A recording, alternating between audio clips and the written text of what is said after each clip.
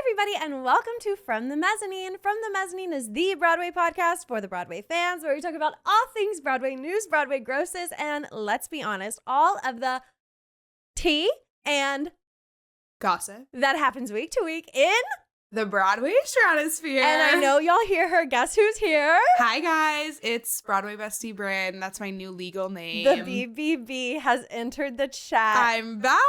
How are you, Bryn? Tell us, how are you really? I'm pretty good. Good. Life has been kind of wild recently. I've seen a ton of shows. How many? Since I was on, I think it was 3 weeks ago that I was on, I've seen 15 shows. Mostly because I've had a lot of visitors coming in. So we've been doing a lot of shows with visitors. It's final season. I'm almost done my first year of my master's. Queen. Which is crazy. Very exciting. So proud of you. Yeah. So it's just been busy. Amazing. And we are going to go through all of those 15 shows that she has seen, because some I've seen, some I have not seen. And so she's going to give y'all her take on all of these shows. Should we get into what we got up to last night first, though? What did we do last night, Lindsay? We saw this little show that, like, we just wandered into. We were just, like, wandering around the theater district. What should we... This looks kind of interesting. Are those guys in it? Oh, they're kind of cute, don't you think? Yeah, they're just, like, you know. But can they sing? Probably not. Not. Can they dance? Probably not. Will the Rumble scene make a lifelong impact on my life? Maybe. We saw The Outsiders last night for my second time. My third time. Okay, so let's get into it. Bryn, tell us about how you got the ticks. So I went yesterday around 8 a.m. Box office opened at 10. I think I got there right at 8. A few weeks ago, when we saw it for the first time, I also got there around 8, and I was only 4th in line, which was amazing. Yesterday, I was already, I think, 10th in line. So I was a little nervous. By the time it opened, I think there were like 18 people behind me. It's crazy. And this is a weekday, not a weekend. Last weekend, I was rushing other shows. I think there ended up being like over 70 people in the Outsiders line, which was crazy. But it deserves it, though. If there's a show on Broadway with a line of 70 people rushing, it better be this one. But we had the choice between the 30 under 30 or the $45 rush. The $45 rush would have been in the box, which is where we sat last time. And the 30 under 30 were in the front row. But if you've seen the show, there's a big like tire on stage. So a lot of things are obstructed by that tire. We ended up I chose the 30 under 30 because we sat in the box last time, and I was like, oh, front row. And parts of it was amazing to be in the front row, and parts of it were like severely obstructed by that tire. Yeah. And probably next time we'd pick the box. But it was still really cool. Like, they were an inch away from us. We got gravel thrown on us from the stage. The Rumble scene, we felt like we were in the Rumble, almost started throwing punches. Some droplings of the water. rain, because it is like a crazy rain scene. Like, it's a torrential downpour in the Rumble. Yeah. Like, do you want to go tonight? I honestly just go. I honestly would. Okay, anyway. We're just thinking about it. I tried to enter the lottery for tomorrow, and there wasn't even an option. So they must be like selling so well. But anyway. Dang. Okay, so we get there. Lindsay had a happy hour beforehand, so Lindsay was already having a very good time, and now Lindsay's talking about Lindsay in the third person, so that's one thing.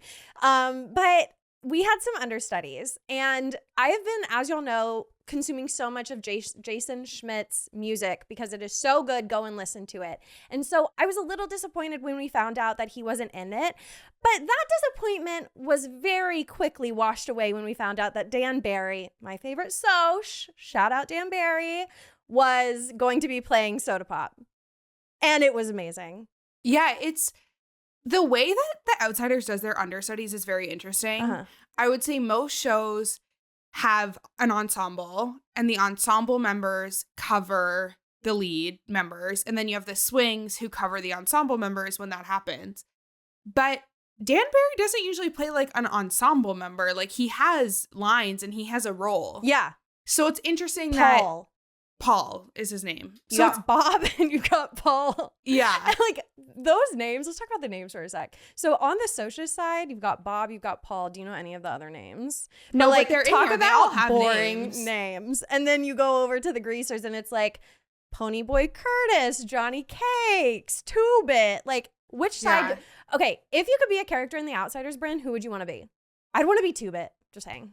He looks like he has the most fun. I love Two-Bit. We also had the understudy for Daryl Tofa, who plays Two-Bit last night. And he was really good. I mean, it's kind of like mostly a dance role, but Two-Bit is really good. I really like Two-Bit. That would be a fun role to play. But I also like, I think the character name is like Ace. She's the one female. Oh, yeah. Greaser. Greaser. She's the one female Greaser. And she gets to like make out with Two-Bit. Oh, wait, when? Oh, at the movies? Yeah. Okay. They get to like. Oh, okay. So Bryn is basically saying she wants to make out with me. I get it, Bryn. I get it. I'm so red. She was like, that wasn't my intention. Guys, my allergies are so bad. My eyes are like puffy. Love on From the Mezzanine.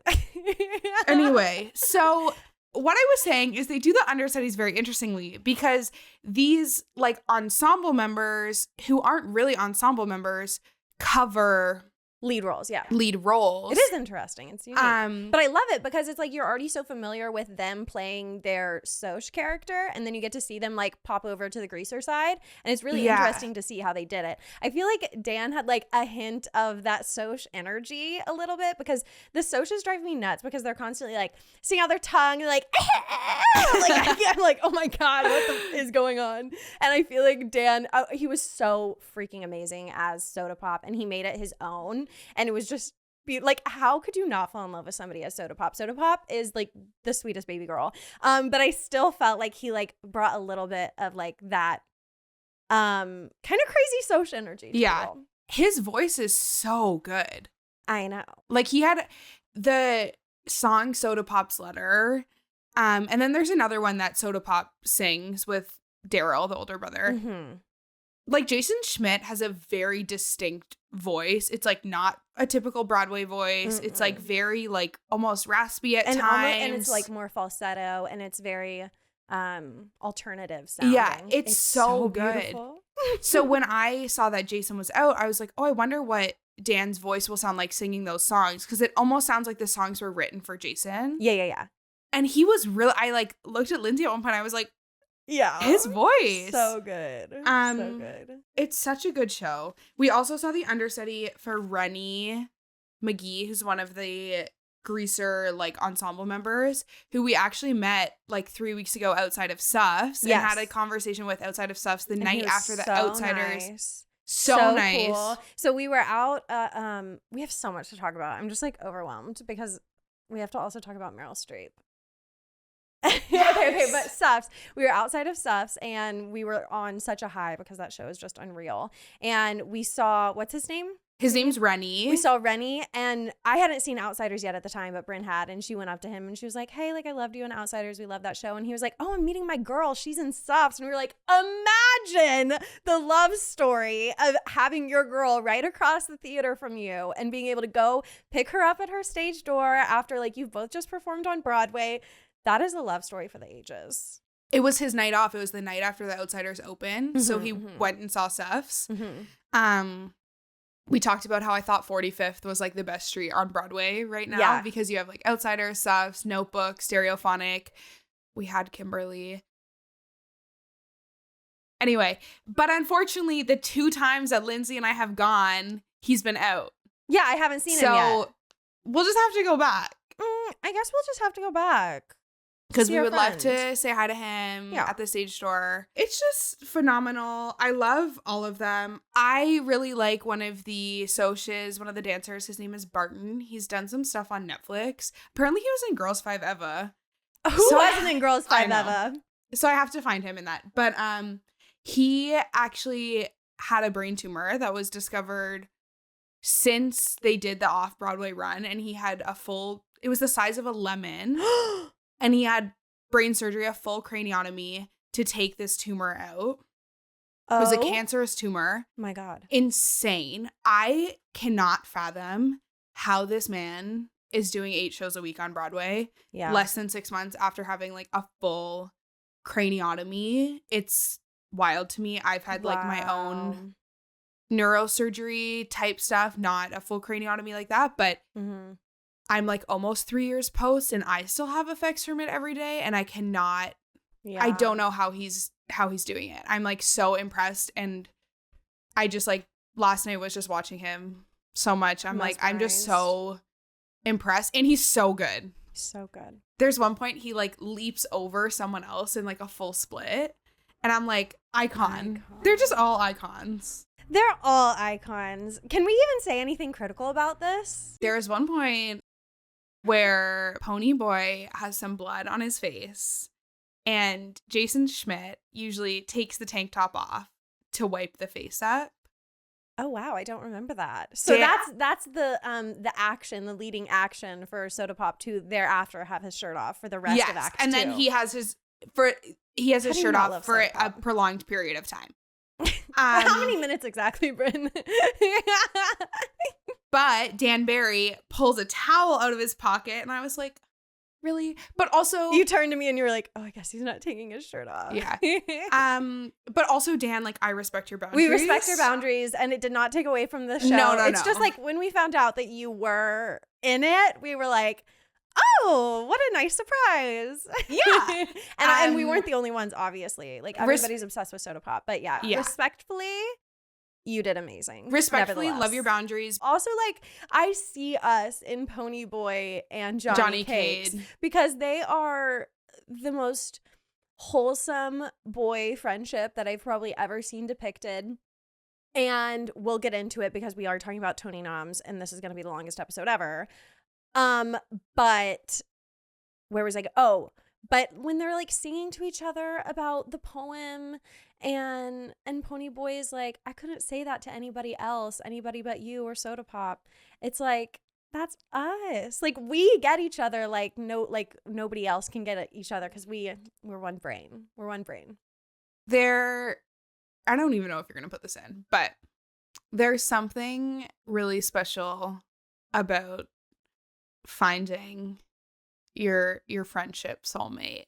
Oh my God. And it's I have so many of them, but every time you find a new one, it's really special. I love you. So I love you too. I'm gonna miss you. Brenna's leaving for the summer, and so we're gonna miss her so much. Maybe I'll join via Zoom. Oh yeah. For the pod. We can do that. Hopefully we'll have you. Mm-hmm. But love you. Okay, that was a side tangent. But yeah, no, for real. We're like every time a song starts, we're like holding hands. We're like, oh, like it's just holding the one on to song. every note. I don't actually know what it's called, but they're sitting like up at the church, and it's like, wherever you go. That's not the tune, but do you know this? No, like, yes, I know what you're talking about. It's really sweet. It's beautiful. Really sweet. The music is so easy to listen to, and it is so easygoing. Mm-hmm. The musical, it like in and of itself, it goes by in a flash. There's not 1 second where I'm like, oh my God, like, what am I going to do tonight? Like, oh, I got to do Broadway interviews after. Like, not 1 second. I'm like, oh my God, it's already intermission. Oh my God, it's like, it has such good pacing, and that's not easy to do. I feel like a lot of times, especially because we see so much theater, you inevitably just get a little too comfortable. Like, used to whenever I would go and see Broadway before I was seeing so much, I would be sitting there and be like, I spent all this money to be here. I'm so excited. And it was just like this jolting thing. But now when it's a little more normalized, you find yourself getting really comfortable and also not as impressed as maybe you would have been. But with this show, it's so refreshing to find another show that is such a smooth ride all the way through. And not one moment am I like, that could have been cut. Or like, this song isn't necessary. Every song is so good. So ready for the cast album. Okay, and we'll talk more about the characters once we get into Tony Noms, because I feel like Tony Noms. I just thought of one other thing. Oh, one thing I was going to say that was interesting about sitting where we were sitting with a lot of the stage obstructed is I found myself like looking at other things because we couldn't see certain things that were happening. Yeah. So I'd always look. There's often people like on the side, like still on stage watching what's going on, and like I'd like watch them watch. There was this really fun moment where we could only hear it because we were so close. Oh, and yes. Dallas was walking off stage and walking by a Soch. Yeah. And Dallas goes, get the f- out of my way. And we were like, oh my God. What? Like, it was such an amazing moment. The way they say in their character the whole time, or like when they're up in the church, Johnny and Pony Boy, you can see Pony Boy like lift his jacket up and pull his wig off because he has a new wig for part of it, and like even like those little things that you watch when other things are blocked was kind of fun. That was so crazy when Daryl said that, or Dallas said that. Yeah. Get the out of my way. I was like, oh my God, get out of his way. And like push the the soch. I was like, it was crazy. I loved Yeah. it. I loved that. That's the kind of, you're so Yeah. right. There are certain things that, like, I was focusing on we couldn't really see a lot of stuff. If you've seen it, there's like a car on stage and that's where the house is. And we couldn't see stuff over there. And so I would do the same thing, look at somebody else. And it's just, this cast is unmatched. It truly, truly is. Okay, but I was going to say that on the Patreon, I do my Broadway Boyfriends of the Week. And I get so uncomfy doing that too, because I'm like, what am I supposed to, like their body, they're just really attractive. But yeah, they're really talented. But anyways, if you're interested in knowing who my Broadway Boyfriend of the Week is, head on over to the Patreon, y'all, because we're having some fun over there. I think you should. Oh, endorsed by Bryn. Okay, thank you. Let's get into all of your shows that you saw this week. We can get into it. We're going to do it really fast. Yeah, rapid fire, all of these shows. Tell me about it. Okay, a couple first we'll start with. These are the 4 that I saw with Lindsey, so we don't have to go too in depth with them. But we saw Outsiders twice since I was last on. We saw Heart of Rock and Roll and Stereophonic. I think we have a lot of the same thoughts on all of these shows. Yeah. I think we're pretty much on the same page. Which is unusual. My one thing about Stereophonic is I actually liked it better when I saw it off Broadway. Oh, okay. Maybe it was just like the way it was suited to that theater, or maybe it was just like because I was seeing it for the first time. I also paid $10 when I saw it off Broadway. So that was maybe like, when you see something really good for $10, I feel like you're like a lot more like euphoric about it. Yeah. If that makes sense. No, absolutely. So yeah, those are the 4 I saw with Lindsey. Wait, I have one question. Did you enjoy seeing Stereophonic the second time? Or was it like, this is like, isn't as good as I thought? Because it's a 3-hour play. And I was kind of telling my listeners, I don't think I would see it again. Like, I'm glad I saw it the one time because I'm here in New York. So I'm able to see a lot of theater, but I don't know if I would bring people to go and see it because it's quite an investment of your time and mental capacity. I really wanted my mom to see it, which is why we went and saw it, because she was in town and she works in TV, and I kind of thought she would like the vibes of it. And I think the acting is phenomenal. So I wanted her to see it like because of that. So I enjoyed seeing it because I wanted her to see it, but I don't think I would have like gone out of my way to like go alone and see it again. Like I wasn't like desperate. Because you loved it off Broadway. I really liked it off Broadway. It definitely is long. Like it's really long. Did they make any changes? Not that I remember. It was also like November when I saw it. So I don't remember like distinctly. The whole reason I heard about it in the first place is because Ben Levi Ross, who you all know I love, is really good friends with Sarah Pigeon. Oh. So Ben had posted about it being like, go see this amazing show. Like Sarah is doing so good. Okay. And it was completely sold out. And I bought a ticket like 40 minutes before because a single $10 ticket popped up. Yeah. Yeah. I just think the acting is so good. It is. There's like one scene. And it's a great show. There's one scene where I'm blanking on his character name. His name is Will Brill. And he's a sad man in a blanket. And like his acting in that one scene is I know exactly what you're talking about. Everything. Yeah. But yeah. He's like, I just miss her so much. Yeah. And he's just like, did you know that there's a community of houseboats? That's it. The houseboat community, and they're fighting with the mafia up the hill. Like he's just making no sense. Where's my Tony? And there was one when we saw it on Broadway, they broke a little bit. And you said the name wrong last time. Tom Pakinka, though, does not play Grover. He plays newsflash, everybody. The main guy, Grover, who's amazing. Is Eli Gelb, one of them. But Tom Pakinka like kind of broke and was like, yeah. And I don't know how Will Brill doesn't break when he's doing that houseboat rant. It's amazing. But anyway, I hope my impression was not offensive. No, I think it was actually great. Oh, thank you. I'm actually an impressionist. Do you want to hear another? I actually don't think he has a British accent in real life. Oh, really? Yeah. Okay. Anyway. Surprising. Then rapid fire. Let's go. I saw Kimberly 3 times. Okay. Because it closed. R.I.P. Kimberly. So I saw it once with someone who was visiting from out of town, and then my mom came and we saw it twice, one of which was the closing. Yes. I lost it. Of course you did. Of course you did. I sobbed for probably the first 15 minutes, and then I made it through, and then in the second act, Bonnie Milligan does a like reprise of one of the songs, and it starts off by Kim saying, "Bye, Aunt Deborah," and walking off stage. And then Bonnie starts singing, and she can't even do one note. She just like completely chokes, and she starts crying. And the whole audience gets up, cheering, screaming. She tries again. She can't do it. She's like sobbing. And Bonnie Milligan has talked a lot about how important the role was for her.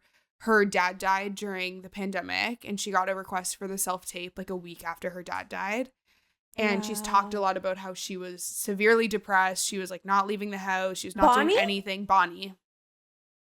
And she has talked, I have goosebumps. She's talked a lot about how much the show helped her with her grief of her dad dying.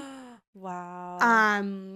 And the whole team was amazing. They gave her as much extra time as she needed to like do the self-tape because they really wanted her.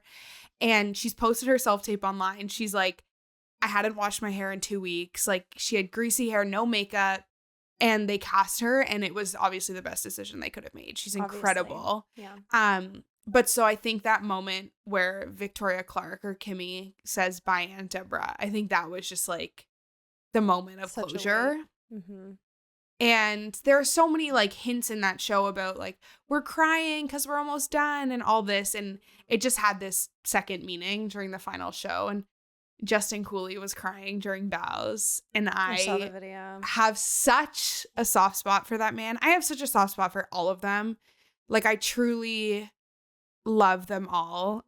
One of the original cast members was not in the closing show. He got another job that unfortunately overlapped for a week, which was disappointing for him. But Alex Vin, who I've talked about on the podcast before, who is going on the Wicked tour as Bach, was in, and then I got to talk to him like at the stage door, and we talked about Toronto and see you in Toronto. But yeah, it was just so, I don't think I told you this, but I got my copy of the script signed by the writer and by the composer. Oh, cool. Which is really cool. Yeah, that's so special. It was just really special. It was a really special day. You could tell that like almost everyone in that theater, not almost everyone, I think everyone in that theater had seen it before and loved that show. I'm sure. We all got candy necklaces. Like, they gave out candy necklaces to all of us. It was just really special. But Beautiful, anyway. Bryn. Beautiful. That was Kimberly. Now we're going to rapid fire. Okay. I saw Gatsby. I saw Lempicka. I will say about this show, I saw Amber Amon's understudy and Eden Espinosa's understudy, which I was quite disappointed about. I'm all for understudies in the theater world. The theater would collapse without understudies. This was before Tony noms came out. And I had a very strong feeling both of them were going to be nominated. So I really wanted to see their performances. They were both nominated. Congratulations. So I was quite disappointed, but not disappointed enough to go see it again. But we got word this week that Lempicka is closing on Broadway. It's the first of the season, this season to close so prematurely. Of the spring. Yeah. So it's unfortunate, but they didn't get very many noms. So it was kind of expected, but it's pretty shocking whenever something closes so quick. It's also a very niche show. Yeah. I am like, we need more authentic queer stories on Broadway, and I'm so passionate about that. Right. But to be in a theater that like has 3 levels, like there's a balcony, it just like, it doesn't have the name to thrive in a theater of that size, unfortunately. Yeah. Or just the general appeal. So I think... What do you think I would think of it? Do you think I would like it? No. I think you'd probably feel the same as me. Okay. It was just like, I will say, there was a couple in the row in front of me making out. What? Wait. This is the second time this happened to me in a theater. I was with my grandma. We eventually moved because the section was empty. The theater was empty. Wow. So we moved a bunch of rows closer. We were in the mezzanine. We paid $35. I just didn't like the music. I think that was it. Wait, I have a question. Were they making out the entire time or just like before it started? Oh, no, during the show. What? They'd like lean over and look like they were going to whisper, but they were like kissing each other's necks. That's insane behavior. Yeah. This also happened to me at Hamilton in Toronto. Hamilton and Toronto, though, they were putting popcorn on their tongue and putting it in the other person's mouth. What is wrong with people? What is wrong with people? Obviously not my gorgeous FTM listeners, but like, get a room. Yeah. What are you doing? Yeah. You're at a Broadway show. Just leave. But anyway, Just so I was go. distracted at the beginning. That's crazy behavior. But I will say Amber Iman's understudy was unreal. Like, and it was her first time doing the role. So I was like, if Amber Iman is any better than her, incredible. I do wish I saw Eden Espinosa. Yeah, of course. I'm not going to trash the understudy at all, but I do really wish I saw Eden. Of course. We love a former Elphaba. So. Yes, okay. Anyway. Then I saw Marilee. For her second time. For my second time. I saw it in October from the back of the balcony. And we were in the orchestra this time. And she got Daniel Radcliffe's And I got signature, Daniel Radcliffe's signature. which is a huge get. That's not easy to do. Also, little Max Rackenberg, who plays Frank Jr., is mailing me a playbill that he autographed. And I'm so Literally excited. so cute. I feel like he's going to do like a little smiley face on it. He's learning how to write his name by signing on playbills. Okay. Obsessed. So cute. Saw The Notebook again for my third time. Then I saw Illinois. Okay, tell us about it. Illinois is a dance musical. Mm-hmm. No dialogue. Yes. I was shocked to find this out. Yeah. Like, I don't know what. Comes with like two. Oh, what's that? This is A like little a poster? fake. It's a little journal. Cute. Because the whole thing is with journals. I thought it was Wait, I want to see that. stunning. A stunning show. I want to go back and sit in the center. Yeah. We were side partial view, and even though it didn't really affect it, I feel like with a dance musical, everything, I danced for many, many years. So with dance compared to theater, everything is usually choreographed with the center in mind. Yes. Everything is centered.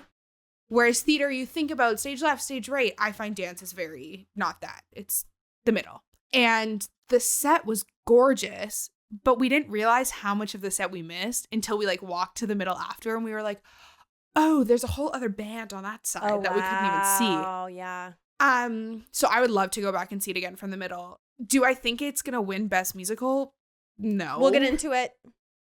But Best Choreography, probably. It was beautiful. It was really beautiful. Very cool. I would love to go back. So I have a question. So it's Yeah. Sefton Stevens music. Are people singing it, or is it just being played? There are 3 singers who sing the whole show. So there's like a band on stage and then 3 vocalists. Okay. And are they just standing like with a mic, or are they a part of the... They're not part of the dancing. Okay. But they're not part of the story. Like they're kind of like emoting with their faces. We couldn't see one of them entirely. Are they are they acting, or... They like kind of had some like facials. But they're not like moving around, No, jumping they're around, standing with a doing it. mic stand. And at Such a certain points crazy they concept. had guitars. Okay, And they were playing along. And are they playing characters? The dancers are. Okay.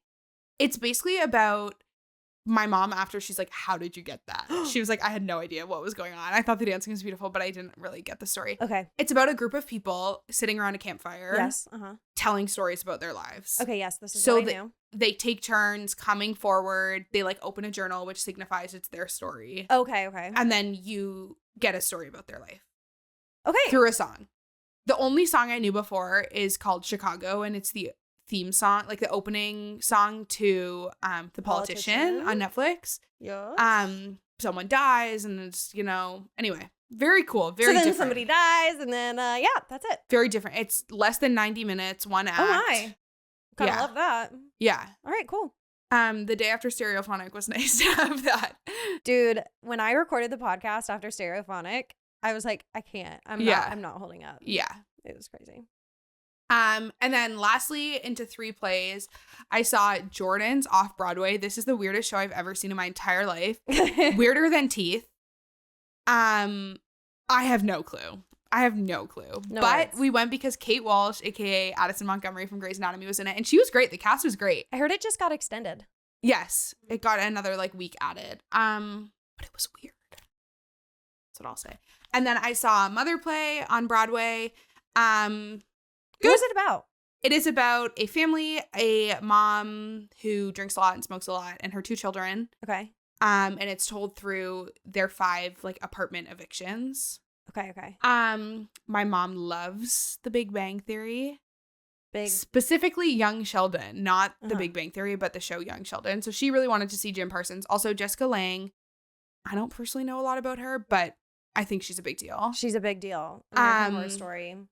She's really talented. So we went for that. It was good.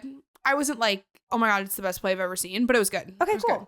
And then lastly, I saw Mary Jane with Rachel McAdams. I loved it a lot. It is about a mother. You could say it's a boot. It's a boot. That was not. That's Canadian. Out and about. Oot and a boot. Oot and a boot. I was practicing my Canadian accent for Bryn yesterday. What did I say? I can't remember. No, anyway, the biggest, my Canadian comes through the most when I say washroom. Yes, it does. Because like, what is she talking about? What do you mean? Washroom makes way more sense than bathroom. Yeah, sure. Anyway, it's about a mother and her chronically ill son and kind of the people she meets along the way with that journey. There's like a music therapist. There's like a spiritual leader in the hospital. There's doctors. There's home care nurses. Okay.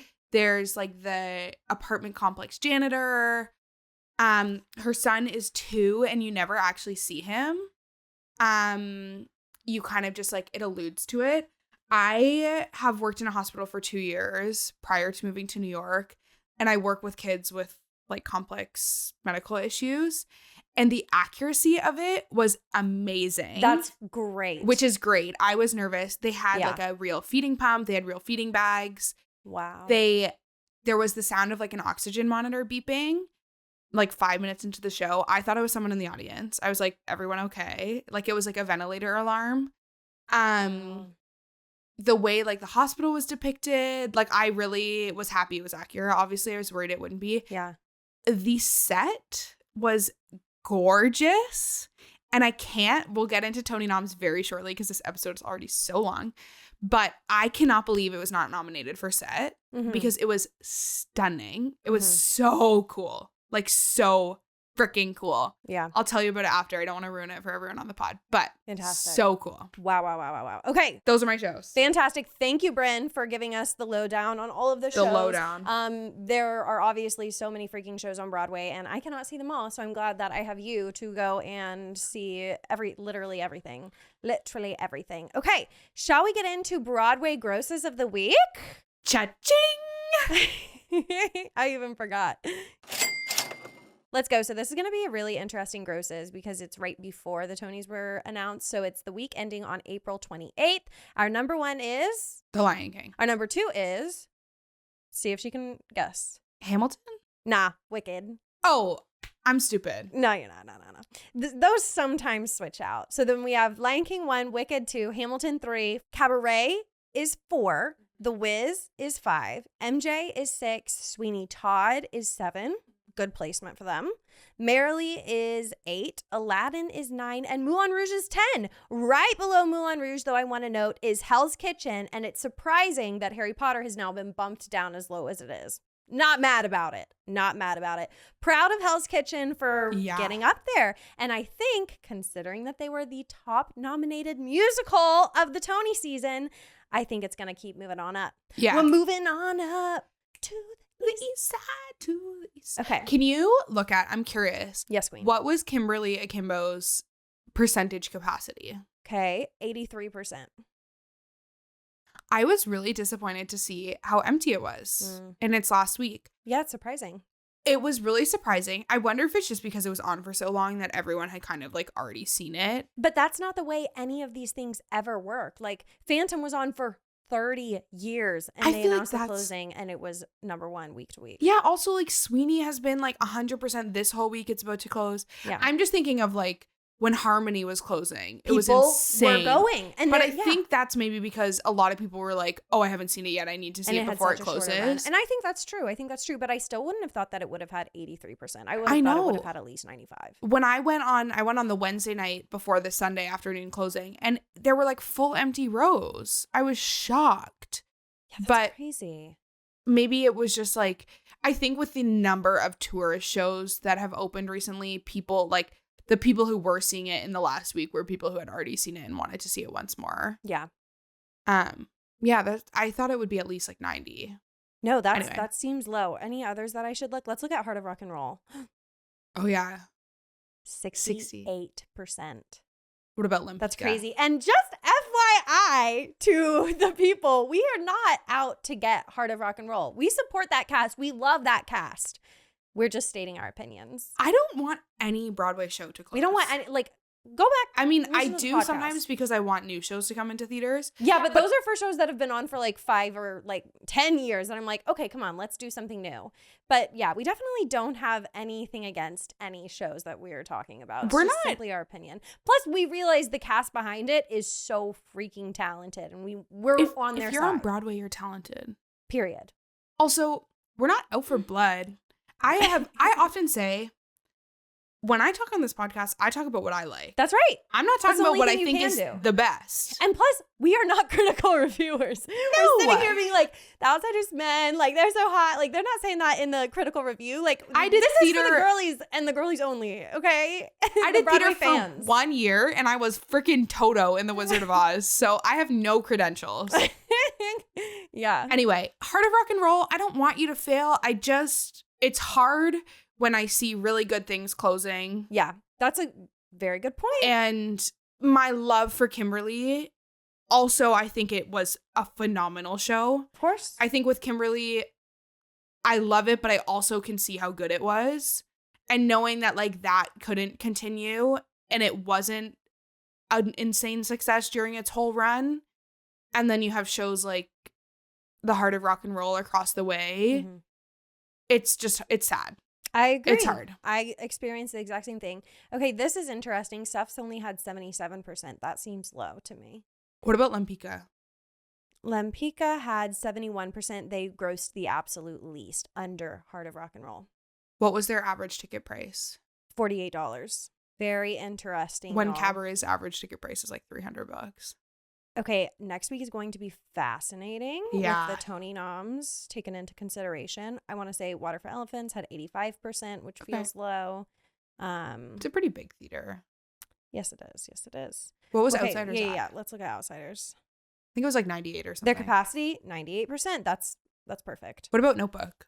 Notebook had, it's down there, but 91%. Okay. I don't think it's going to last incredibly long with these gross numbers No, and with the Tony noms. because it I think- is lower than it should be. But I think it has the name that it'll make it does. through the summer for sure. I can see that. I can see it making through the summer because everybody's coming. All the tourists are going to want to see it. All the tourists. Come Yeah. on, y'all. We got some good Broadway right now. I am dying to bring everybody I know to go and see The Outsiders. Literally, after last night, I was like texting everybody, like, plan a trip now because you have to see this show and meet all of our best friends. I have a lot of friends who are planning trips in the fall around Romeo and Juliet. Yeah. But Outsiders is on their list of things they want to see while And it they're has here. to be. So I just didn't think that it would like rock me like it has. Like I don't know why, but just based on the story, and it was kind of like a little more rugged, and that's not exactly my style. I just didn't think it would have that impression on me, but I want to go. It's slowly becoming Moulin Rouge for me, which is crazy to say. yeah. Like Moulin Rouge, I could see it a million times and not get bored of it. At least that's what I thought, and now that's how I'm feeling for The Outsiders. I'm like, when are we going? No, it's really Gorgina and stunning and perfect. And That's our critical review. That's going to be the headline. It's Gorgina. Gorgina. Okay, guys, let's get into the Tony noms this week. Oh my gosh. So me and Bryn, we got to tell y'all how we did the Tony noms. It was the day of peak anxiety because I had already been counting down to Tony nom day, April 30th. So freaking excited. I said to Bryn, what if we wait all day until I get off of work and record our reactions live together? It'll have such a bigger meaning and we'll be so much more excited to be together. And then also it's good for the content. And that video is on YouTube right now if you want to go see our live reactions. It's hilarious how we start out. We're so happy and excited. And by the end, for me personally, like the life has left my body by the end because I was really let down by a lot of these things. But anyways, that's how we did it. It was crazy. I literally deleted TikTok and Instagram from my phone for the day so that I wouldn't see any spoilers. We each saw one spoiler. Yeah, because just by like living life, we saw. I had to check my email. Yeah. Like for school and stuff, I had to check my email. LinkedIn, and I saw spoilers. So. I was like on Gmail, like it has the like who it's from and then the subject, and I would like put my hand on my laptop to cover the subject so I could just see who it's from. It was so hard, but I accidentally saw like the telecharge email subject was Hell's Kitchen 13 nominations, which is that is such a big spoiler, but. I mean, it wasn't that, like, I would have been more pissed if it was something that was, like, insanely shocking. Like, that wasn't, like, that. Based on their reviews they got, that wasn't that shocking to me. Yeah. But, I would have been so mad if I would have seen that because I had to make such an effort. Like, it was so hard to not see anything. I turned on, like, screen time limit so that when I would try to open the app, it would say, like, you've exceeded your limit. So I'd have to, like, be like, fine. I was, like, so bored because I wasn't working that day. I ended up like sitting there playing the freaking ukulele for like an hour. She's like, in case you're wondering how this is going, I'm playing the ukulele. Yeah. And I was like sitting at work and I just was like counting down the seconds until 6 o'clock when I could leave. Yeah. Because and then once I got to the subway, oh my gosh, I was like running. I was so excited. I just got the funniest text from my mother. What? It's just applicable to what we were talking about. She goes, I'm at Costco listening to the Kimberly soundtrack. It's making me so weepy. The more I listen, the more it gets to me. Oh, poor thing. Okay, but we haven't talked about, which we are not going to get into it, but Gutenberg cast album came out this week too. Yes. Let me just real quick, hold on, just costume change.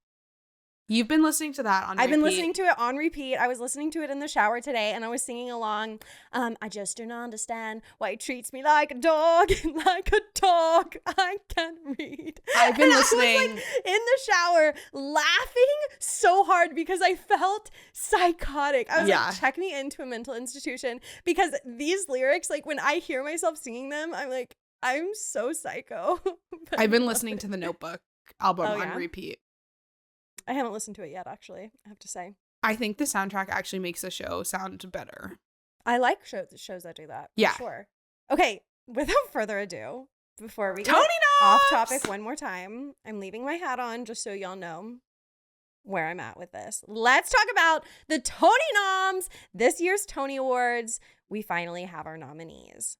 Okay, so let's get into it. First category, we have performances by an actress. We have Eden Espinosa for Limpika. We have Malia for Hell's Kitchen.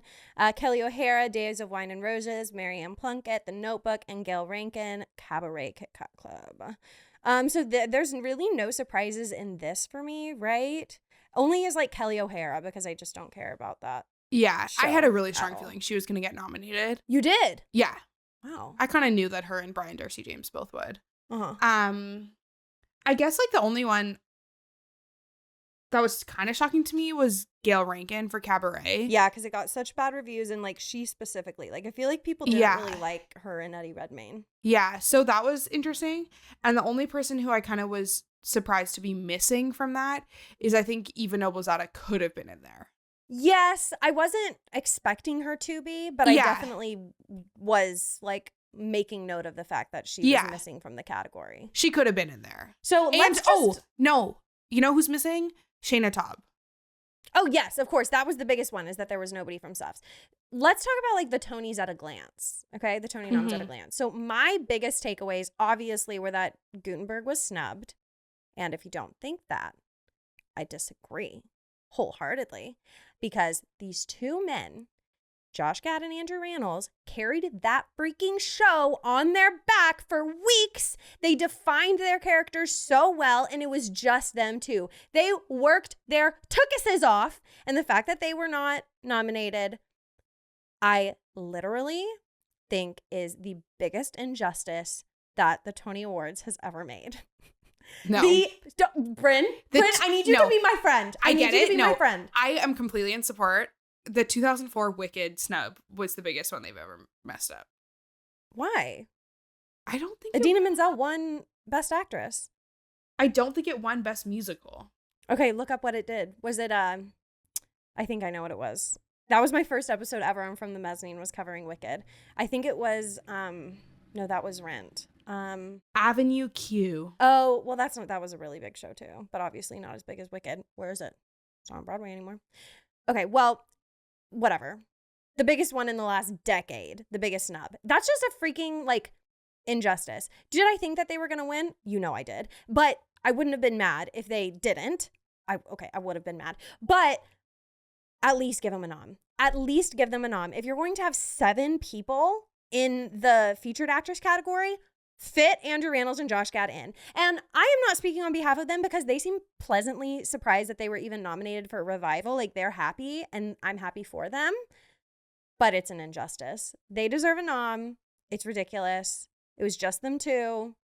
Mm-hmm. I think the Tony Awards need to say, oh my God. Oh, we messed up. We meant to include them. And I would be happy. Like, just admit your fault. Did you lose the papers with Gutenberg on them? Like, I just don't understand. You messed up with something we were talking about. And I was like, oh, where do we have to start from? No, I just think the Tonys, like, they like forgot about Gutenberg for a hot second, which I don't know how you could. So those are Lindsay's general thoughts. My general thoughts are... Those aren't all of them. I have one more general thought. I think I have a couple specific actors/actresses in mind that I think deserved a nomination that didn't get them. Mm-hmm. Those would include Liam Pearce from How to Dance in Ohio. I think absolutely deserved it. And I think How to Dance deserved something. Even if, like, they got chills. One of... I'm just, like, scrolling on the thing. But there's, like, 3 special Tony Awards being given. Hair and wig design. Alex Edelman's getting one for Just For Us. And someone's getting one for sound design. Give freaking How to Dance something for what they did. A special Tony. For their inclusivity. For the barriers they broke down to come to freaking Broadway. Some Give ensemble them award. Something. Like, let the cast sing. They're still promoting their show. Liam Pearce is still singing, building momentum at all of these Broadway events. Their story is not over. So, like, bring them up. Yeah. I think they should have gotten something. Yeah. But specifically Liam Pearce. I think... if it was still on, would have gotten a Best Actor. If it came to Broadway later, like, do you think that the Tony Awards prioritize the shows that are still on Broadway? 100%. Yeah. So absolutely. If they came later, which I wish they would have, I think... because it's all about money. There would have been some sort of difference. Yes, I agree. So he's one. Chip Zien from Harmony.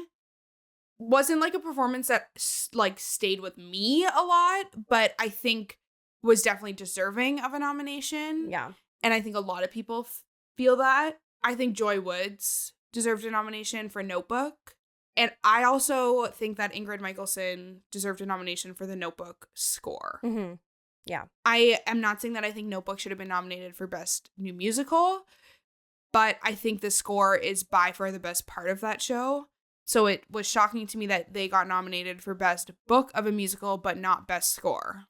Yeah. Yeah, that's hard for me to try to wrap my head around too. My other big letdown was Gatsby. I was looking out for Gatsby. I know the reviews were in the toilet. I read them and I disagreed with all of them. However, I do think Noah J. Ricketts, without a doubt, should have been nominated for featured or best actor. I don't know which category he would have been in, but I think that they just forgot about him. I thought he was freaking amazing. Sitting front row and watching his acting, he was unbelievable, and he also carries that show. So I think that was a major snub. And then just overall, the fact that Gatsby was not really considered for anything other than it got a nom for costumes. I think that's crazy. I don't think this is a hot take. I love Gatsby. Jeremy Jordan is one of my number 1 Broadway boyfriends, but I didn't think that he should have been nominated for Gatsby. Not because he was bad, just because Gatsby isn't that big of a role in the show. Like, Noah J. Ricketts as Nick Carraway is a bigger role, at least in my opinion. And so I wasn't expecting for him to really even get nominated, but I really, really thought it should have been nominated for score. It should have been nominated for set. I love the book. I think the book is great. And I thought Noah J. Ricketts should have been nominated. Like, that's all I'm asking for, y'all. I'm not asking that they win. I'm just asking for a nomination. It's okay, Tonys. You can admit fault in that you forgot. I know y'all sent out the wrong list. I thought it was going to get a set nomination for sure. Of course. But I think the set was actually one of the most ridiculed things about it, which I was not expecting either. I thought their set and their lighting was beautiful. I thought the lighting was gorgeous. It was like a very aesthetically pleasing show to look at. Mm-hmm. I'm just pulling up his name. I am going to butcher his he has his pronunciation in his bio. I love this. John Strajewski. Okay. Who's that? Shadrowski. Tom Buchanan. Yeah, I thought he was great. amazing. He's very good. And I saw him off Broadway in a play called Jonah, where he played a dweeby 19-year-old boy. What? Can't picture in that. like boy shorts and running shoes with like high crew socks, and played this like nice little cute boy. He's like 6'5". Yes. And I didn't remember him a lot from Gatsby at Paper Mill. So then when I saw him on Broadway, I was like, whoa, you're actually really good. Like, excellent. I find when you see someone do two very distinct roles is when you realize like, oh, you're actually a really good actor. Yeah, because you saw him as that dweeb person. You're like, okay, he's a dweeb. And then you see him in Gatsby and he's like the biggest a-hole ever. And you're like, oh my God, the character, like development and like the arcs that you can play is amazing. That's, who was I talking about? Oh, I was talking about Justin Cooley from Kimberly. Like, you can't see him as anything else, fascinated to see him in another role, because to me, his role in Kimberly was just him. It's him. Yeah. So I think, he was a standout for me. John Strajewski. You don't have to say it a third time. It's just John who plays. John. Tom Buchanan. I had to think about that one. Okay. Obviously, though, there were some really amazing picks. And some people certainly got their flowers. And we were very happy about that. Primarily 3, 2, 1. Brody Grant! I'm so sorry if you're listening on your headphones. We freaked out to see that Brody Grant was nominated. I knew he would be nominated. I really, really did. But I knew that this category was so stacked, it was going to be really, really hard. Looking at the group of people, I'm like, I would change quite a few things about this. We don't need to get into that. Obviously, I would add Josh Gad and Andrew Rannells. And I would take out Dorian and Eddie Redmayne. I didn't see Brian Darcy James. Obviously, I would keep Jonathan Groff. Although, when I saw Jonathan, I love Jonathan Groff, guys. That was my motivation behind going to see Merrily. I didn't resonate with Jonathan Groff's character. I didn't think that he stood out. It was all about Daniel Radcliffe for me. And so that is why I think that Brody Grant has a very good chance. He acts that role so freaking hard. I can't. Which, like, can you act a role hard? I guess so. If somebody does, okay, Bryn's gonna cry. She's so excited. He is so good. He makes it his own. He's very unique. I'm gonna say something. Jonathan Groff's character is an easy role for a white man to play. And like, I'm pretty sure every actor has played the alcoholic that cheats on his wife in a show. Okay. This is what I will say about Jonathan Groff. I love that man so much. I hear you. I do. So much. I did say this to my mom after. It is not a hard role to sing. Specifically sing. Okay, yeah. I think that whole show is not a hard show to sing. Other than Franklin Shepherd Inc., which Daniel Radcliffe sings. Yeah. And Not a Day Goes By, which Katie Rose Clark sings. Jonathan Groff's character does not belt, does not have a ballad. It's not a hard role to sing. And it's an easy role to act. And it's not a terribly hard role to act.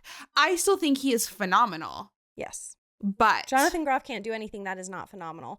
But Brody Grant, from the minute he comes on stage before the show starts, I was being a freaking menace to Brody Grant last night. We were in the front row and I was like talking so much about him. We were like, okay, spoiler alert. If you haven't seen it, at the end, he hands out a novel of The Outsiders. That's signed by the whole cast. Yeah. I didn't know it was signed by the whole cast.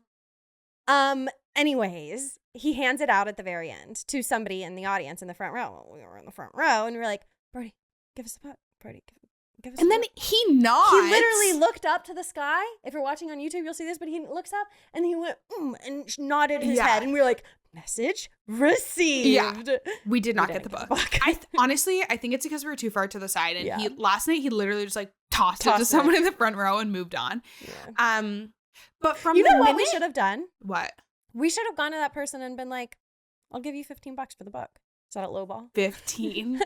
I'll give you the book at like you a crisp $5 bill for that book. The book at Barnes and Noble is probably like $25 unsigned. You know I'm cheap. Anyway, I'm gonna bring a $5 bill next time I go. Cast of the Outsiders. Brody Grant is just like the minute he's on that stage at the beginning, he doesn't really leave. He doesn't really leave. That man wears wet jeans for probably 30 minutes. Ouchie. Crazy. This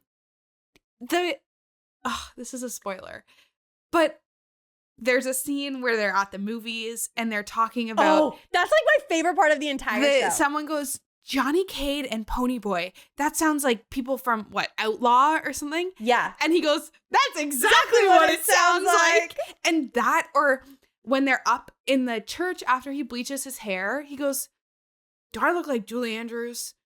And Johnny Cade's like, no, you look like Paul Newman and blah, blah, blah. And then he's like, yeah. And like, he's so good at that role. Think about how much that happens in that show. It's a lot. And he has to go through so many phases of like, okay, I'm going to become a greaser. Okay, now I'm getting beat up. Okay, my best friend is dying. Okay, we're going to save these kids. It's out of order. But he shows you so much of his ability. Yeah. And by the end of it, I mean, he is excellent. He deserves a Stoney. I truly believe that he's drowned. When they hold him under that water and he comes up, he looks like he wasn't breathing. That's funny you say that because like when we were in the box, we could fully see that his head was not even in the water. No, he's like, he's grabbing water to get his wig wet. Yeah. But he's not underwater. But he looks like he was not breathing. It's almost like he's an actor. And a Tony-nominated actor. Let's go, Brody Grant. We're so proud of you. I really think he's gonna win. I'll be hard pressed if they give it to Eddie Redmayne just because he's Eddie Redmayne. No. I did see a clip of Eddie Redmayne singing "Welcome Fifth Avenue."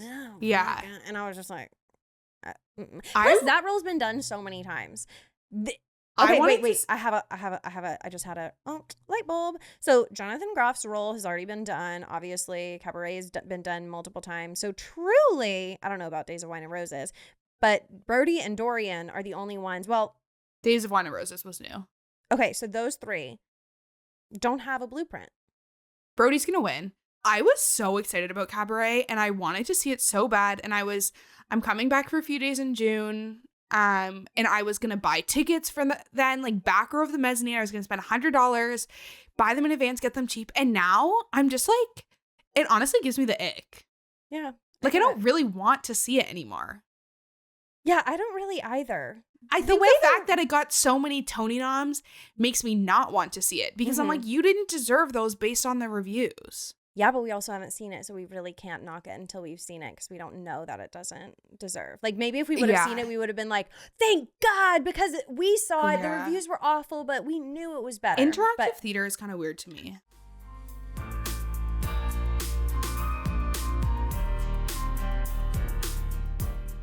Okay, so not to leave it on a cliffhanger, but this is absolutely going to have to be a two-parter because we had to tell you guys about our amazing night at the Outsiders, and Bryn needed to catch you up on all of her shows.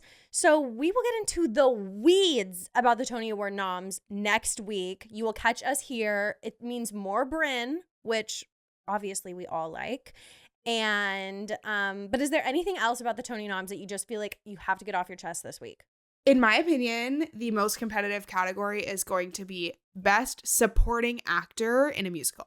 Okay, yes, 100%. Because there are multiple people in that category who, honestly, Best Performance by Featured Actor and Featured Actress in a Musical. Those two categories. Really tough. I'm looking at the Featured Actress.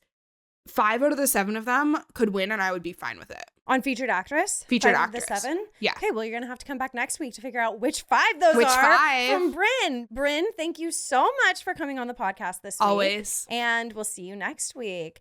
Thank you guys so much for listening to this week's episode of From the Mezzanine. Please leave me a rate and review wherever you're listening right now. I got the nicest review this week from a listener. Thank you so much. It meant the world. If you want to be in my good graces, just kidding. But if you want to tell me some kind words, please go and leave me a review. Those just are the best. I love hearing what you guys have to say. And share this episode with your Broadway bestie because I'm sure they will like it just as much as you. amazing. Thank you guys. And follow Lindsey on TikTok Yes, I am. for her Broadway interviews. I'm like trying a new thing, guys. My new @ on TikTok is @LindseyStone_Broadway. I don't know if it'll stick. We're just going to see how it goes, but it's down in the show links, so you can find me there. And then obviously on Instagram @FromTheMezzanine. Thank you guys. All of the Broadway besties can go and meet me and Bryn at the stage door. We will be talking about this week's Broadway news, i.e. the casting over at Little Shop, a little bit more about Lempicka closing, our predictions for what's going to close, and things of that nature, as well as our Broadway boyfriends of the week and what gossip. and the gossip. The gossip. And That's where the tea. gossip happens. Yeah, that is where the gossip happens and where the delusion happens. Big time. So go and meet me at the stage door if you are a Broadway bestie. Thank you guys so much for listening, and I will see you next Tuesday. Bye. Bye.